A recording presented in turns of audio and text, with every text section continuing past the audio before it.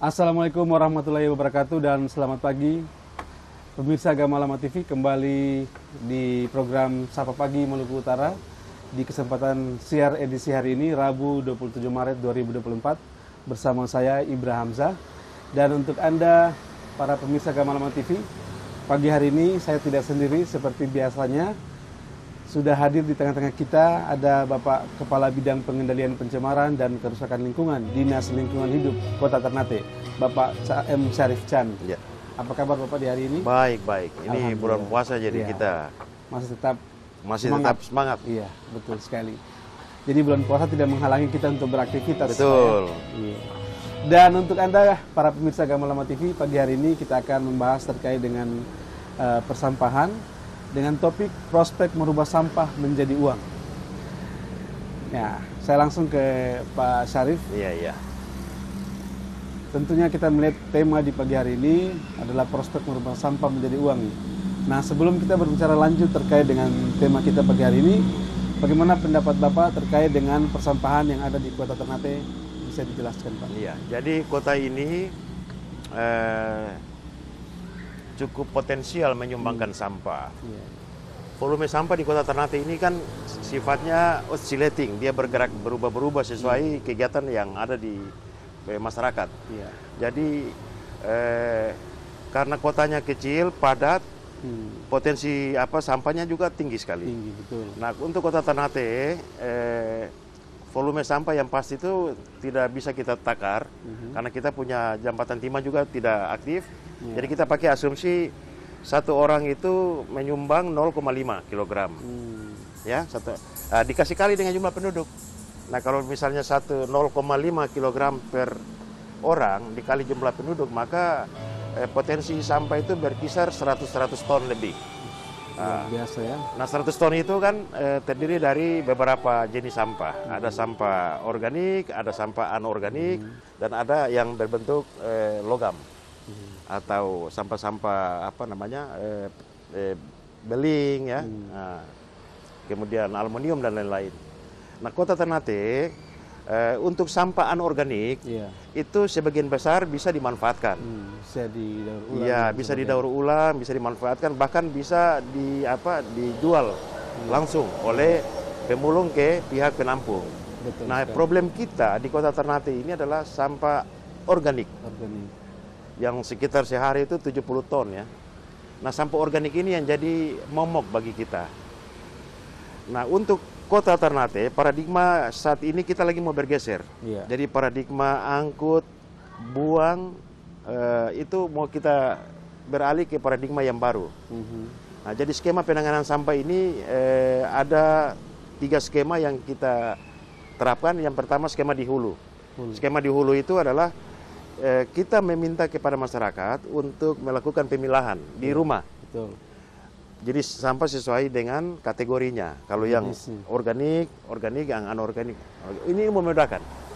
Nah, skema ini nanti dikumpul oleh VIAR. Nanti bawa ke satu skema namanya skema interval yang di tengah ini. Iya. Nah, skema interval ini yang kita lakukan adalah di sekitar depo transfer. Iya. Nah, jadi depo transfer ini sebagai upaya untuk mereduksi. Kita lihat yang organik bisa dipisahkan, kemudian yang anorganik ini diambil oleh pemulung. Nah, organik ini akan kita bikin kompos, Pak. Iya. Jadi kalau Anda melihat untuk sampah di Kota Ternate yang seperti dijelaskan tadi, tentunya bisa dikembangkan dan tidak terkesan hanya kumpul angkut buang tadi, Pak. Iya, jadi sebenarnya ini potensi. Jadi resource itu, sampah itu resource sebenarnya, Pak. Betul. Dia itu ada value. Nah, saat ini kan kita tidak memberikan value. Nah, sehingga orang tidak melirik ke soal sampah ini. Padahal ini potensi sumber pendapatan yang cukup menjanjikan bagi masyarakat. Nah, karena kita lihat misalnya begini, kita kelola kompos misalnya, itu kan cukup efektif. Terus bisa kita kelola dia menjadi pakan magot. Nah, kemudian bisa kita kelola dia menjadi ekoenzim. Nah, jadi memang perlu inovasi, Pak. Nah, sekarang Dinas Lingkungan Hidup itu berusaha untuk melakukan pendampingan kepada komunitas-komunitas untuk mencoba menggarap hal-hal yang tidak digarap ini. Iya. Karena ini adalah uang, Pak, Betul. iya kan? Nah, kalau kita melihat selama ini dalam hal pengurangan sampah nih Pak, sampah buangan sudah terjadi ataukah tetap saja sampah tidak terurai dan volumenya masih dalam kapasitas besar untuk dibuang? Ya, untuk saat ini memang problem kita adalah untuk angkut buang itu menjadi problem karena proses pemilahan oleh masyarakat itu belum terjadi. Belum maksimal. Iya, belum maksimal sehingga menyulitkan petugas kita untuk melakukan sortir. Sehingga yang terjadi itu tumpukan sampah itu bercampur semua, organik, anorganik. Tidak terpilah dengan tidak baik. terpilah dengan baik, sehingga ini juga menyulitkan untuk proses upaya mereduksi sampah. Iya. Nah, selama ini memang kita sadari bahwa kita masih proses angkut buang. Iya. Kita proses angkut buang dari kota kita bawa. Jadi kita ini sebenarnya memindahkan pencemaran saja. Nah, mestinya kita kelola kan. Nah, harusnya kota ini harus bergerak dari upaya angkut buang menuju ke proses mereduksi, mengurangi. Iya, betul sekali. Jadi menarik sekali para pemirsa Gamalama TV, pembahasan kita terkait dengan sampah dengan topik prospek merubah sampah menjadi uang, masih bersama dengan Bapak Kepala Bidang Pengendalian Pencemaran dan Kerusakan Lingkungan di Dinas Lingkungan Hidup Kota Ternate, Bapak M. Syarif Chan. Anda masih bersama kami di Gamalama TV. Kita akan kembali saat lagi. Tetap bersama kami.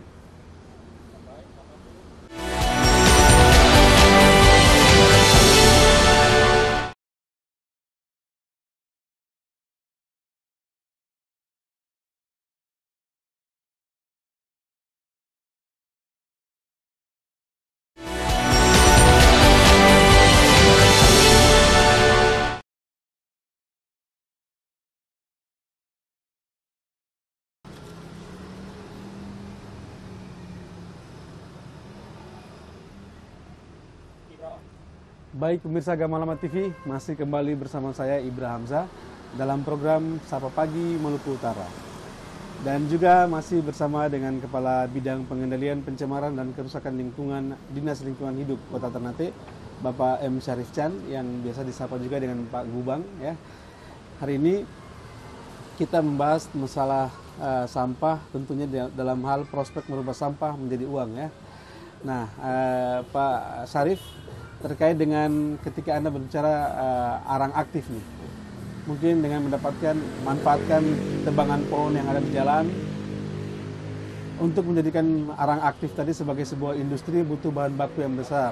Nah, bagaimana Anda melihat peluang dari arang aktif ini? Ya, jadi begini, seperti semula tadi saya bilang bahwa sampah ini sebenarnya resource. Iya, betul. Sampah justru itu bukan masalah. Nah, soal bicara sampah ini, pemerintah ini kan mengambil peran sebagai regulator provider, penyedia regulasi. Nah, kemudian pemerintah juga bisa melakukan peran sebagai collaborate provider. Karena persoalan sampah ini tidak bisa dihandle oleh pemerintah saja. Betul. Perlu kolaborasi dari semua pihak. Nah, oleh sebab itu, peran pemerintah ini yang harus kita maksimalkan. Misalnya, regulasinya kita sudah siapkan semua. Soal perda sampah, perwalinya, kalau buang sampah sembarangan itu nanti kena sanksi. Kemudian upaya untuk meminimais penggunaan sampah plastik. Nah, itu sudah ada sebenarnya regulasinya. Jadi kurang apa lagi ya? Nah, regulasi sekarang, yang ya ada? kan, sekarang ini butuh kolaborasi sebenarnya, Pak. Nah, sekarang ini kan proses desentralisasi sudah kita lakukan. Jadi pengolahan sampah itu kita kembali ke kelurahan-kelurahan.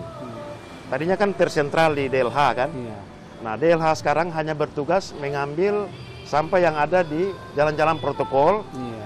Kemudian yang berada di TPS-TPS yang itu sangat strategis sekali. Selebihnya itu dihandle oleh VIAR, di kelurahan. Nah, ini kita bicara skema yang angkut buang dulu ya. Betul. Nah, peran-peran komunitas itu sangat penting di dalam mengelola sampah. Nah, misalnya begini, ada satu komunitas Ekoenzim Maluku Utara. Nah, komunitas Ekoenzim Maluku Utara ini salah satu contoh yang harus kita lakukan, kita perbanyak di tempat-tempat yang lain. Karena punya kontribusi Iya, positif. jadi mereka ini melakukan reduksi sampah organik, ya seperti buah, ya kan, itu kemudian diolah menjadi ekoenzim yang fungsinya sangat banyak.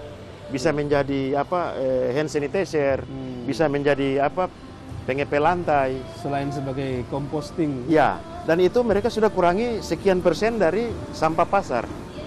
Iya. Nah, komunitas-komunitas ini harus kita bangun. Nah, kembali tadi ke pertanyaan Ibra tadi, Iya. misalnya apa yang harus kita lakukan? Banyak sekali sebenarnya. Sampah-sampah yang sifatnya bisa kita jadikan chipwood misalnya. Iya. Jadi sampah pohon. Jadi DLH ini, pohon-pohon yang kita tebang ini, Betul. ini kita dalam proses membuat menjadi chipwood.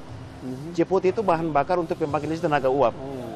Nah, selain chipwood, kita coba treatment di depo transfer menjadi arang aktif tadi. Iya.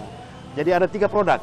Yang pertama itu briquette, yang kedua itu arang aktif, nah yang ketiga itu biochar.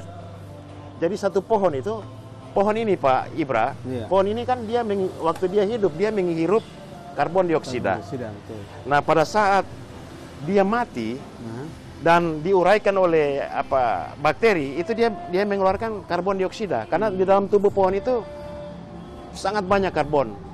Nah, kita itu menyimpan karbon itu, jangan sampai melepas ke udara. Iya. Kalau kita lepas ke udara, ini kan bisa mencemari. Betul. Dia bisa menambah pencemaran di lapisan ozon. Lapisan ozon bisa berobek. Iya. Nah, oleh sebab itu kita harus simpan ini karbon dioksida. Nah, cara simpan itu dengan tadi 3 tadi. Iya. Yang pertama itu dengan bikin biochar. Biochar ini pupuk dia.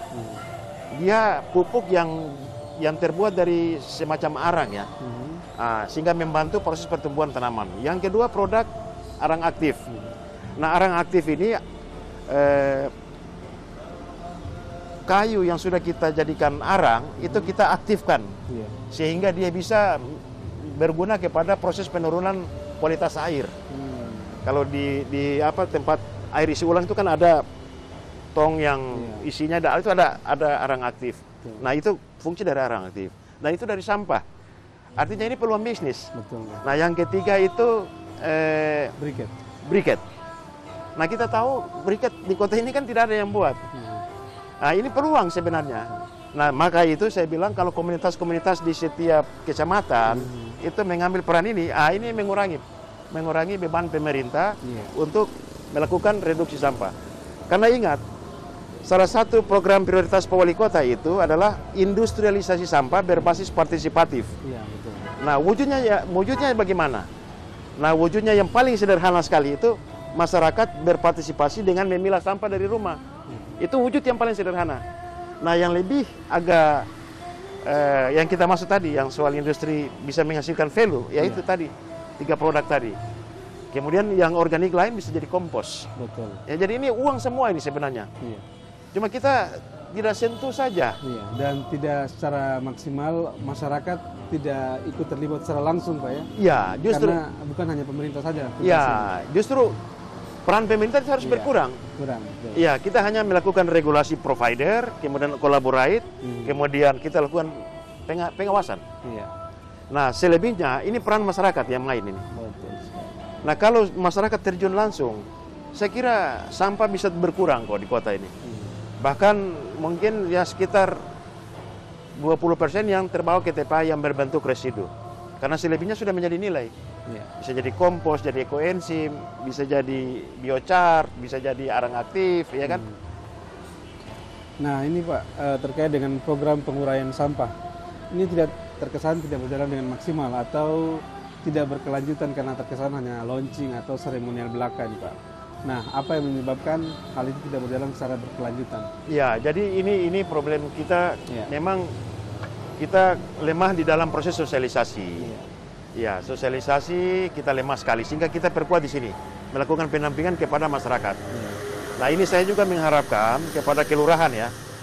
Kelurahan ini juga harus maksimal melakukan kolaborasi di dalam satu kecamatan itu. Sehingga soal sampah tercecer itu tidak akan ada lagi atau sampah menumpuk. Nah, ini butuh sense ya kan. Kalau misalnya dari pihak kelurahan juga tidak punya sense. Ini juga problem bagi kita. Nanti setelah itu baru kita masuk ke proses pendampingan. Sosialisasi kita memang perlu ditingkatkan dan melakukan pendampingan, memberikan semacam pendalaman-pendalaman untuk bagaimana mengelola sampah ini menjadi bernilai. Saya kira itu yang harus kita tingkatkan. Betul sekali. Ya, Pak Sarif, kalau kita melihat Kota Ternate ini sebenarnya ada prospek untuk industri pengolahan sampah tidak? Sebenarnya prospek ya? Karena kalau potensi, saya lihat potensi sampah organik itu yang berkisar antara 70 sampai 80%. Ini kan berpotensi sekali untuk kita jadikan kompos sebenarnya. Bahkan ini bisa jadi PAD baru bagi kota. Karena begini, ada beberapa kegiatan tambang ya, kayak di Harita, di Iwip, itu kan ada proses di sana namanya proses reboisasi. Nah, proses reboisasi tambang itu kan mereka butuh kompos sebenarnya, butuh pupuk kan. Nah, kita bisa supply. Jadi ada semacam sinergi kerjasama antara pihak pertambangan untuk reboisasi, kita supply pupuknya. Nah, sebenarnya ini pihak ketiga punya kans sebenarnya untuk masuk mengelola ini. Karena ini kan butuh infrastruktur ya, infrastruktur. Kita pemerintah, Pemkot pasti siapkan lahan, pasti resource sampahnya kan kita siapkan. Nah, mengelolanya ini karena butuh teknologi sebenarnya. Nah, teknologi ini untuk kita itu. Jadi kalau misalnya taruhlah sehari kita bisa kelola 20 sampai 30 ton kompos, ini kan luar biasa. Karena produksi kita kan 80 ton satu hari, organik, iya kan?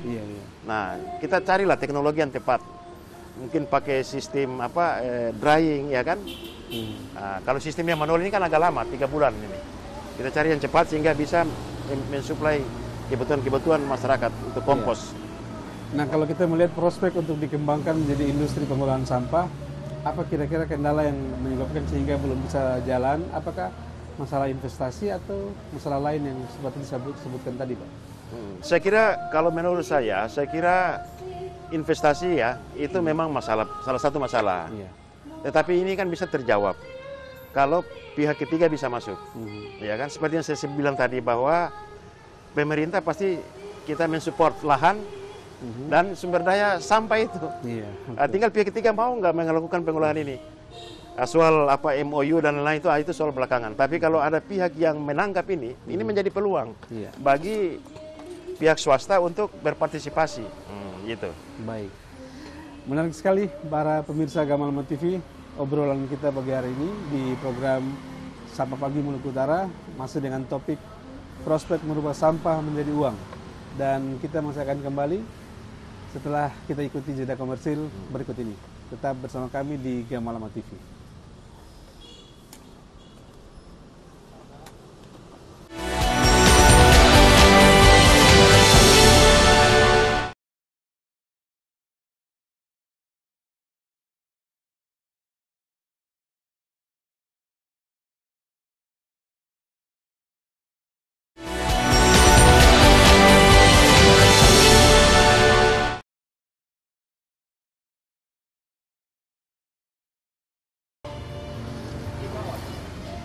Pemirsa Gamalama TV, masih bersama saya Ibra Hamzah dalam program Sapa Pagi Maluku Utara dan masih dengan Kepala Bidang Pengendalian Pencemaran dan Kerusakan Lingkungan Dinas Lingkungan Hidup Kota Ternate, Bapak Muhammad Syarif Chan. Dan kalau berbicara sampah ya, tentunya menarik untuk kita bahas di kesempatan kali ini. Dan di segmen ini Pak Syarif, tadi Bapak sedikit menyinggung terkait dengan pengembangan black soldier fly ya, atau lalat tentara untuk menguraikan sampah organik. Apa maksud yang disampaikan tersebut dan bagaimana sistem kerjanya alat tentara tersebut? Iya, jadi memang beberapa waktu yang lalu kami mencoba konsentrasi ke reduksi sampah organik, memanfaatkan black soldier fly. Nah, apa itu black soldier fly? Tentara lalat hitam. Jadi ini kan kadang-kadang orang juga bingung kan, karena memang padahal di daerah lain sudah terjadi lakukan itu upaya reduksi sampah menggunakan black soldier fly. Jadi lalat tentara hitam ini kita manfaatkan dia untuk mereduksi sampah. Nah, jadi yang sudah kita lakukan pilot project itu cukup luar biasa. Pemanfaatan lalat serdadu hitam ini untuk menurunkan sampah organik cukup potensial sekali. Nah, karena kenapa? Karena volume sampah yang dia reduksi untuk lalat itu 5 kali dari berat badan dia. Jadi kalau misalnya begini, saya ilustrasikan. Iya, menganalogikan. Kalau kita pelihara apa namanya black soldier fly ini, black soldier fly ini cikal bakal dari maggot, Pak. Oh. Ya, jadi dia ini nanti lalat ini sebenarnya bukan lalat pembawa penyakit. Lalat ini adalah lalat yang memang dia dikhususkan untuk memproduksi telur maggot yang itu tidak berefek apa-apa kepada kesehatan. Nah, begitu dia bertelur, nah ini kita ternak telurnya. Nah, kemudian kita pelihara dengan beberapa fase menjadi maggot. Nah, maggot ini yang kemudian melakukan reduksi sampah dengan memakan sampah organik tadi. Ya. Begini, saya ilustrasikan ya. 1 ekor maggot itu daya makan dalam sehari itu 5 kali dari berat badan dia. Jadi sebenarnya simpel ini kalau soal sampah organik. Misalnya begini, kita pelihara 1 ton maggot. 1 ton maggot berarti dia makan 5 ton sampah organik karena 5 kali dari berat badan dia kan. Itu 1 ekor. Satu ya. Jadi kan 1 ekor kan kalau banyak kan jadi ton. Iya. Jadi kalau saya kita 1 kecamatan taruhlah. Betul. Lihat sih dia makan dia pelihara 2 ton lah maggot. Nah, berarti kan 5 kali dari 2 ton berarti kan 10 ton. 10 ton. Ya, berarti kan sudah terselesaikan 10 ton sampah dalam sehari loh. Betul. Di kecamatan utara misalnya. Kemudian kecamatan tengah juga tidak usah banyak-banyak, 2 ton lagi. Berarti kan sudah 20 ton. Di selatan, berarti kan 30 ton, Pak. Betul. Yang tereduksi sampah organik. Iya. Nah, ini berefek pada macam-macam karena sampah organik ini kan kalau dibiarkan itu dia menghasilkan metan, mencemari udara. Iya. Iya, jadi dia tidak mencemari tanah tapi juga udara. Nah, kalau ini sudah diambil oleh maggot, efek ekonominya sangat tinggi sekali. Bisa meminimalisir Iya. polusi udara Terus tadi, ditanya lagi, maggot ini untuk apa? Iya. Karena dia berbentuk belatung dia. Nah, memang kalau awal kita lihat, kita agak jijik memang. Betul. Memang saya tidak bawa ya dia punya ini, tapi paling tidak bisa searching di internet. Iya. Maggot atau lalat tentara hitam, bagaimana dia mereduksi. Intinya, ini ada efek yang berkelanjutan dari ekonomi. Maggot ini jadi pakan ternak. Iya. Nah, pakan ternak apa? Ikan, ya kan? Kemudian dia menjadi pakan ternak ayam, burung. Iya, Karena betul. nilai proteinnya tinggi di dalam belatung tadi ini, maggot ini. Nah, nanti sirkulasinya kita sisakan untuk pembibitan lagi. Iya. Namanya pupa. Oh. Nah, jadi dalam bentuk larva menuju maggot itu ada sekitar 25 hari. Nah, 25 hari ini kerjanya dia makan sampah organik. Kemudian fase menuju pupa itu setelah 25 hari. Nah, sebelum menuju pupa ini kan bisa jadi pakan ternak. Iya. Bayangkan, dia kalau kering per kilo itu 70.000 Pak Ibra. Lumayan menjanjikan. Ya, jadi kalau 10 kilogram manta maggot kita keringkan, kita sangrai ya. Iya. Orang sini bilang sungara. Nah, kita sungara 10 kilo itu dia bisa berarti menjadi 1 kilo. Iya. Nah, 1 kilo itu kalau dijual 70.000 untuk pakan ternak ikan. Nah, ini peluang bisnis maksud saya. Kalau kita sehari sebulan terus muluk-muluk. Sebulan kita bisa produksi 1 ton. Ya udah, 1 ton 1.000 kali 70.000 berapa? Iya, betul 70 sekali. juta duit itu. Iya, Pak Sarif. Jadi sistem lalat tentara hitam ini punya nilai ekonomis yang lumayan Tinggi sekali tinggi, ekonomis, ya. Nah, untuk itu apakah ini bisa dikembangkan dan kalaupun bisa berapa investasi yang dibutuhkan untuk pengembangan Ya, lalat tentara hitam ini? justru ini yang efektif bagi saya. Iya. Kenapa? Karena investasinya kecil sekali. Di skala rumahan bisa, ya kan? Skala RT bisa kita buat. Kenapa? Karena dia paling tertutup dari panas dan hujan. Kemudian kita buat bioponnya. Biopon itu tempat di mana kita ternak. Nah, itu tidak besar kok. Paling setinggi 20 cm lah. Kita susun tela di lahan yang secukupnya bisa kita ternak. Dan ini bisa dilakukan di setiap rumah. Di rumah-rumah bisa. Nah, kami DLH sekarang lagi proses pembibitan itu. Karena ini kan kita harus ternak kan. Betul. Nah, kalau kita biarkan mati ya sudah, mulai dari nol lagi. Jadi harus dikembangbiakan. berkelanjutan terus. Nah, ini berefek pada apa namanya mutual simbiosis dalam bisnis. Jadi kita pelihara maggot, menyelesaikan sampah, maggot jadi pakan ternak, ya kan? Orang bisa bikin tambak ikan air tawar, kemudian orang bisa pelihara ikan, sudah nggak beli lagi pakannya sudah nggak beli lagi, bahkan sangat bergizi. Nah ini makanya saya bilang kita pelan-pelan Pak. Kita pelan-pelan, Dinas Lingkungan akan berusaha pelan-pelan untuk melakukan asimilasi ke kelurahan, ke komunitas, ya kan? Karena kalau ini sudah berjalan, saya kira insya Allah problem sampah terselesaikan. Dan program prioritas Pak Wali Kota, kan ini bagian dari industri kan, itu menjadi terwujud. Ya, itu.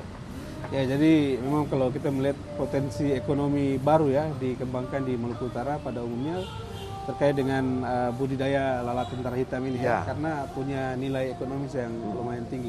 Yang pasti tentunya kita harus bagaimana merubah mindset berpikir masyarakat, karena perlu kolaborasi ya, bukan hanya pemerintah sendiri, masyarakat dalamnya dan juga stakeholder terkait dengan hal tersebut. Ya betul, saya sepakat itu karena ini soal mindset Pak Ibra. Mindset itu penting. Kita memulai sesuatu itu harus dengan mindset. Kalau mindset kita tepat, saya kira problem apapun bisa terselesaikan. Baik, pemirsa Gamalama TV, masih menarik pembahasan kita di pagi hari ini di program Sapa Pagi Maluku Utara. Kita masih akan kembali di segmen terakhir. Tetap bersama kami di Gamalama TV.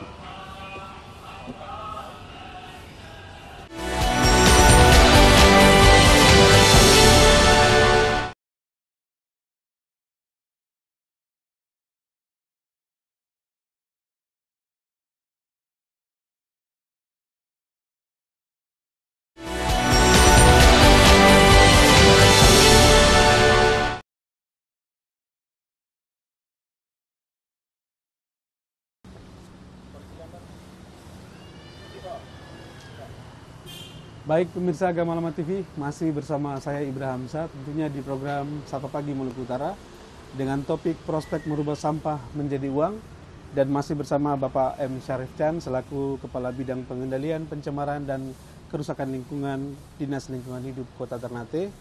Di segmen terakhir ini Pak Syarif, terkait dengan pemanfaatan pupuk nih Pak. Oke. Nah di kalangan petani sendiri kita lihat belum berjalan secara optimal. Nah, apakah produk olahan dari sampah seperti pupuk yang sangat sederhana saja ini belum bisa dilakukan secara nyata dan berkelanjutan di Kota Ternate, Pak? Iya, jadi begini. Kota Ternate ini kan kalau kita lihat pertanian yang sifatnya masif itu kan tidak ada. Jadi kota ini lebih cenderung ke urban farming. Kan dia urban farming, maka saya kira sangat mudah lah kita bisa lakukan pendekatan untuk menerapkan kompos yang sifatnya composting ya. Karena kalau pertaniannya sifatnya masif yang sangat besar, itu orang cenderung menggunakan kimia, pestisida ya kan. Nah ini memang harus ada lonjakan perubahan. Nah, untuk pemanfaatan pupuk kompos sehingga produksi kompos dari sampah ini bisa termanfaatkan oleh petani. Petani tanda petik ya, ada petani memang yang punya lahan ya lumayan besar, ada yang memang urban farming, memanfaatkan lahan-lahan di pekarangan itu. Nah, saya kira butuh kolaborasi Dinas Pertanian, ibu-ibu PKK. Ini ibu PKK juga penting untuk bisa mendrive ya kan, karena yang sebagian besar misalnya tak usahlah soal urban farming, ya, bunga saja. Pot-pot bunga yang ibu-ibu suka hobi bunga itu luar biasa. Dia butuh pupuk juga kan. Nah, jadi memang memulai ini harus dari yang kecil dulu. Nanti dari kecil ini baru dinaik besar ya kan.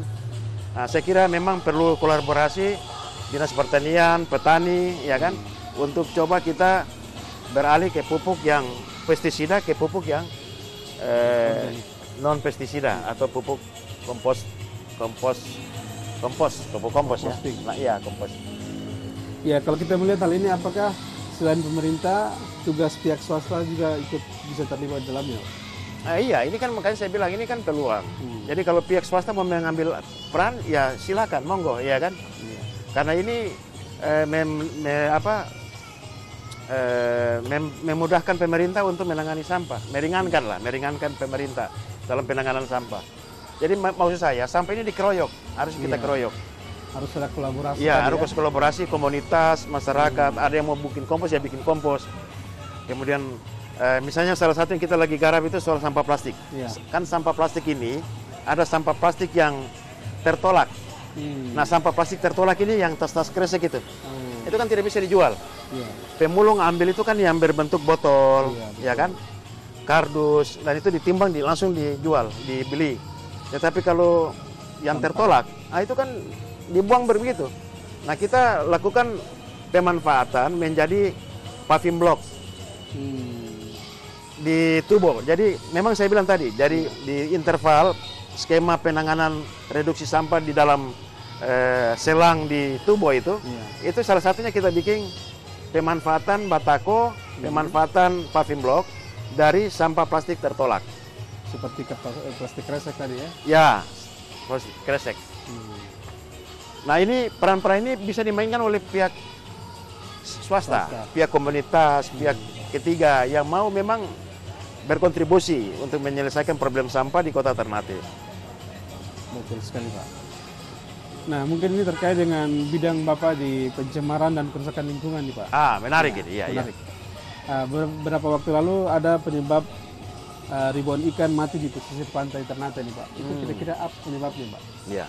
Jadi begini, sebelum saya masuk ke situ, Iya. saya ini dibilang kabit avatar. Oh. Jadi menangani air, udara, ya kan, dan tanah. Itu Kurang perlahan. api, Pak. Api, ya. Jadi saya sebagai kepala bidang diberi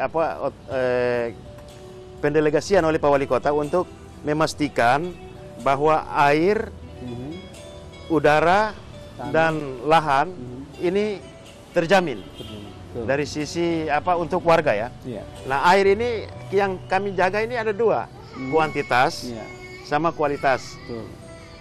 Nah, kita lihat kota ini kan rentan sekali. Dari sisi jenis tanah yang sifatnya regosol, kemudian berporus, ini kan berpotensi untuk tercemar kalau kita tidak treatment.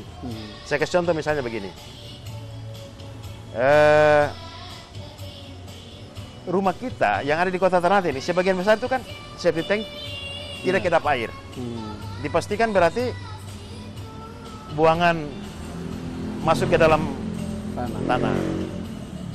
Nah, ini rumah satu Ternate ini kan tidak ada septic tanknya yang kedap air. Ada septic tank, tapi masih ada rembesan.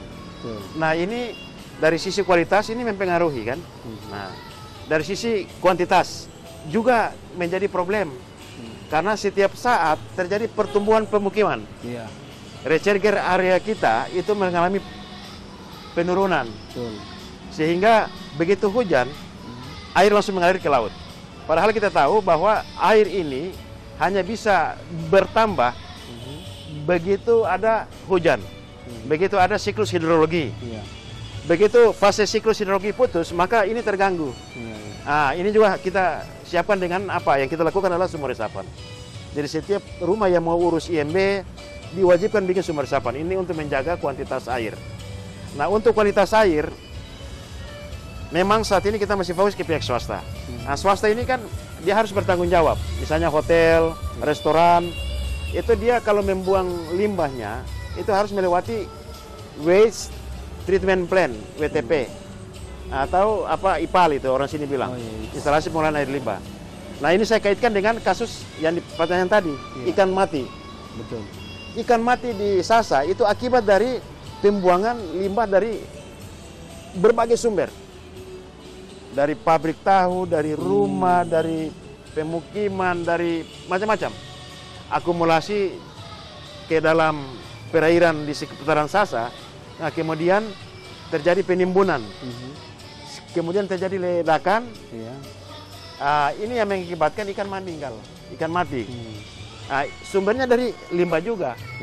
Limbah organik iya, limbah cair iya. Jadi ini semua berpotensi untuk kita harus garap secara bersamaan. Betul sekali. Karena tidak serta-merta limbah organik itu hanya bau, tidak serta-merta. Dia berpotensi juga bisa mematikan ikan, merusak perairan, merusak lingkungan, menambah polusi udara. Ya polusi udara akibat gas metan. Jadi semua dia masuk. Nah ini harus kita isolasi. Kita minimize sehingga dampak terhadap lingkungan itu menjadi tidak. Nah yang terakhir besar. nih mungkin penanganan air limbah dan juga pencemaran air udara dan tentunya penanggulangannya seperti apa Pak? Ya, jadi sudah ada. Jadi regulasinya sudah ada. Regulasi kalau untuk pihak swasta itu kan regulasi tentang pengolahan perda tentang pengolahan air limbah. Itu kita sudah punya Kota Ternate. Nah, perda ini yang harus kita lakukan sosialisasi dan asimilasi secara terus-menerus kepada pihak hotel, pihak restoran yang memang sumber potensial terjadi pencemaran. Wajib. Nah, ini juga saya himbau kepada pihak pengusaha hotel untuk jangan jadikan ini menjadi beban. Mari kita berusaha sambil kita juga merawat lingkungan. Jangan kita hanya mau berusaha tapi kita menafikan problem kerusakan. Jadi saya mohon juga sama-sama kita berkolaborasi. Kita akan memberi ruang untuk mencari alternatif yang termudah, ya kan, sehingga ini bisa teraplikasi di seluruh hotel. Nah, ini instalasi pengolahan air limbah. Karena salah satu untuk menjawab problem pencemaran ya harus ada IPAL. Kalau tidak ada IPAL, ini problem. Melanggar hukum, merusak lingkungan, ya kan? Macam-macam lah di situ. Toh kita menjaga lingkungan bukan untuk orang lain, untuk diri kita juga, ya kan? Diri kita dan anak cucu kita ke depan. Iya. Kita menyelesaikan hari ini untuk kita hari ini dan juga untuk masa depan anak cucu kita. Betul. Baik, mungkin yang terakhir nih Pak, apa harapan-harapan dari Pak Sarif ke depan terkait dengan pengelolaan sampah dan limbah ini agar bisa menjadi nilai positif bagi warga Kota Ternate dan Maluku Utara? Ya, kalau saya itu untuk soal sampah itu lifestyle kita harus kita rubah. Masyarakat harus merubah lifestyle ya. Jadi misalnya kita harus hidup dengan gaya hidup yang ramah lingkungan. Mematikan listrik, ya kan? Memanfaatkan lahan yang untuk bisa jadi pembuatan kompos kita manfaatkan, ya kan? Kita lakukan pemilahan. Masyarakat bisa melakukan pemilahan dari rumah, ya kan? Yang organik dikasih pisah. Saya kira dari gaya hidup model ini itu memudahkan pemerintah kota menyelesaikan soal sampah. Demikian Pak ya. Iya. Baik, pemirsa Gamalama TV, sudah tuntas seluruh rangkaian acara Sapa Pagi Maluku Utara di pagi hari ini, Rabu 27 Maret 2024. Terima kasih atas kebersamaan Anda, banyak sekali manfaat dan tentunya inspirasi yang bisa kita dapatkan dari obrolan kita di Sapa Pagi Maluku Utara. Akhir kata, saya Ibra Hamzah yang bertugas mewakili kerabat kerja yang bertugas pada hari ini bersama dengan Bapak M. Syarif Chan selaku Kepala Bidang Pengendalian Pencemaran dan Kerusakan Lingkungan Dinas Lingkungan Hidup Kota Ternate. Mengucapkan terima kasih, pamit dari hadapan Anda dengan ucapan wassalamualaikum warahmatullahi wabarakatuh. Waalaikumsalam. Tetap tahan-tahan. Ya.